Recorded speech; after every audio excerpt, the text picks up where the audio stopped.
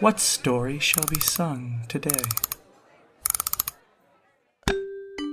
One can never know how the melody might sound.